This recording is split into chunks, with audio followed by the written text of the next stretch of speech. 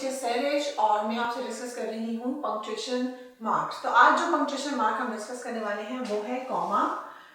Comma का sign ये होता है और कॉमा हम कहाँ इस्तेमाल करते हैं? It indicate a brief pause and not final as full stops.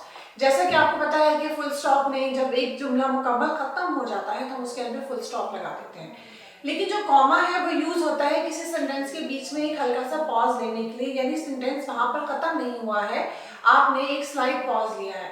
और मैं दोबारा से रिपीट कर रही हूँ, पंक्चुएशन मार्क्स का सबसे ज्यादा जो इस्तेमाल और जरूरत हमें महसूस होती है वो होती है रिटन लैंग्वेज में, ताकि पढ़ने वाले जो भी रीडर है वो ठीक से समझ सके कि जो करेक्टर है या जो राइटर जो भी बात कहना चाह रहा है वो किस अंदाज में कहना चाह रहा है।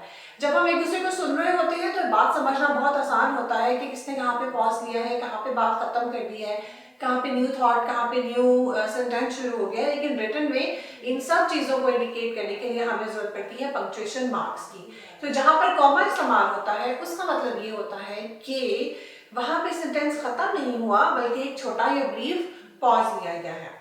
दूसरी चीज इसके लिए यूज होती है, it is used to separate phrases और आइटम्स इन अ लिस्ट। जब हम चीजों की बहुत लॉन्ग लिस्ट बनाते हैं, किसी भी चीज की लिस्ट हो सकती है, वो नामों की भी हो सकती है, चीजों की भी हो सकती है, जगहों की भी हो सकती है, तो हम उनको सेपरेट करने के लिए कॉमा लगाते हैं। अगर हम हर वर्ड के साथ एंड लगाते जाए तो वो रेपिटेशन बहुत बुरी लगती है, लेकिन अगर हमने कॉमा लगाया हो तो हमें समझ में आ जाता है कि ये आइटम जो है ये एक दूसरे से सेपरेट है और हमें एंड की रेपिटेशन नहीं करनी पड़ती। इसके कुछ एग्जांपल्स देख लेते हैं। She bought milk, eggs, bread and coffee. अब क्योंकि इनके बीच में कोई कॉमा नहीं है तो हमें समझ में नहीं आएगा कि ये वर्ड एक साथ है या सेपरेट है। तो इनको एक दूसरे से सेपरेट करने के लिए we need to use comma at the end of each word। और हमेशा फिर जो लास्ट वर्ड होता है उससे पहले हम एंड लगा देते हैं, यानी हम उसको सम अप कर देते हैं कि यहाँ पर ये पूरी लिस्ट एंड हो रही है।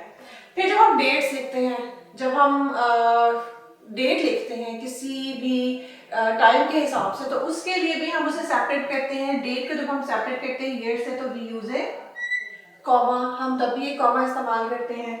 और इसके अलावा आप देखिए, जो मैं आपसे अभी बात कर रही थी कि अगर हम एक सेंटेंस को इस अंदाज में लिखेंगे, it was a hot and dry and dusty road, तो जो एंड की रेपिटेशन है it doesn't sound good, it doesn't look good, even reader को भी पढ़ के अच्छा नहीं लगेगा।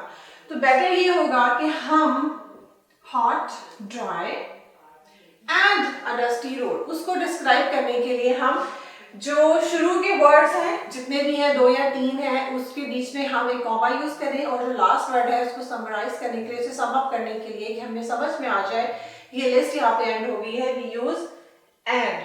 उससे हमारी बात जो है वो क्लियर हो जाती है। तो ये था हमारा आज का लेक्चर कॉमास के बारे में। अब नेक्स्ट वीडियो में हम इसका एक प्रैक्टिस क्वेश्चन देखेंगे।